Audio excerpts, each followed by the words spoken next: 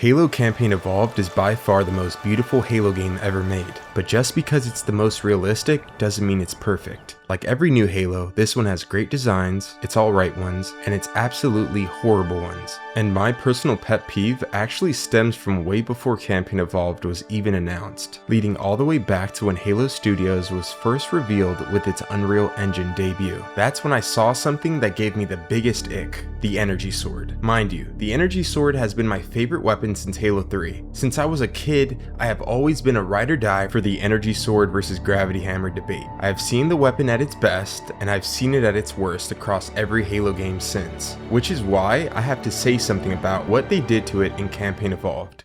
The Energy Sword isn't just a weapon to me, it's a symbol. In Halo's lore, it represents elite culture, honor, and status. It's a sacred weapon that warriors earn the right to carry. The way it looks and sounds should reflect that weight. Something dangerous, ancient, and alien. Something that makes you feel pride, that the moment you pick it up, you're holding a piece of elite identity. That's what Halo 2 and 3 understood better than any game since. Halo CE gave us the original, thin, narrow, almost mysterious, a bright white and blue glow that was clean and simple. It established the concept, built up the FOMO, but not yet the personality. Halo 2 is where the iconic shape was born. Wider, rounder, more organic, soft blue and purple plasma with visible color variation running through the blade. It felt warm, alive, and genuinely alien. It hissed, it crackled. When it activated, it was an event, a burst of plasma, escaping gas, sparks, and a forceful animation that made you feel like you were holding something genuinely dangerous. Halo 3 built on that. It had a similar round organic shape. It was a lot brighter in the white department than it was purple. This time it was made with more of an angular hilt. Halo Reach started the drift, thinner, sharper, more elongated. The blade is now solid blue with the design shifting to more aggressive crystalline look. Halo 4 is where it went absolutely wrong. Dramatically taller and narrower than everything before it. Industrial angles at the base, crystalline and cold,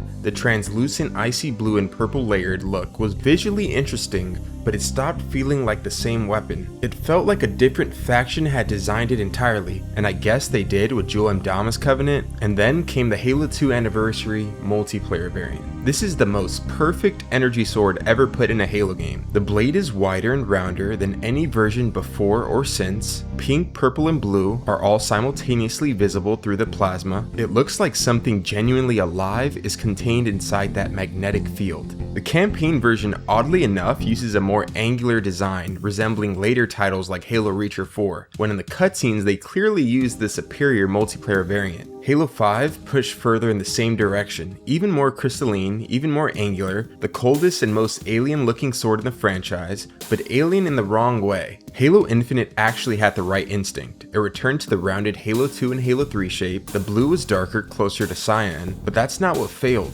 The textures were flat, the glow was reduced, the audio was controversially changed, stripping out most of what made the original sound iconic. And even worse, there was this strange drop shadow around the edges that made the whole thing look unfinished.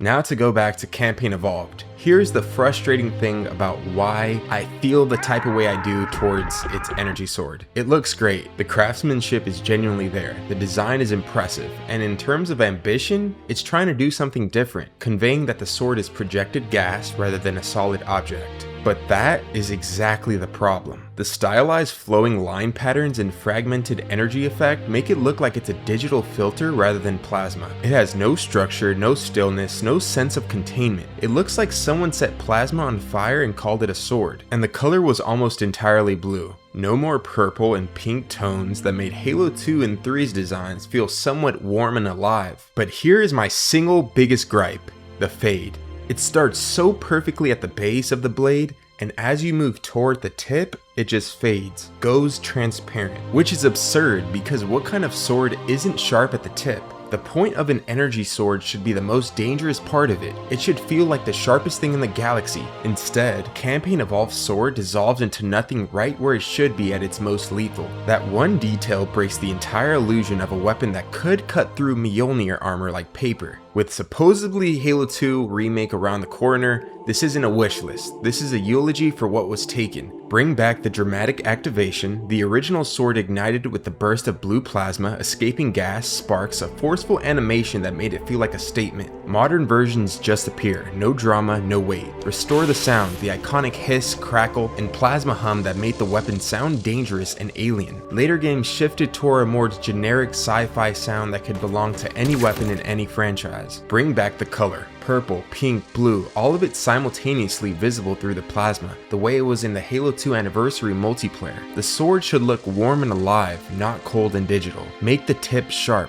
not transparent, not fading. The point of a sword should be the last thing your enemy sees. Add weight to the animations. Every activation and swing in the original games had momentum and impact. The sword felt heavy and lethal. Modern versions feel effortless in a way that removes all the danger. Guys, in all seriousness, there's no such thing as a bad energy sword. There's just preference. But let me know what you guys think. What's your favorite energy sword? And as always, subscribe to join the Madama Empire.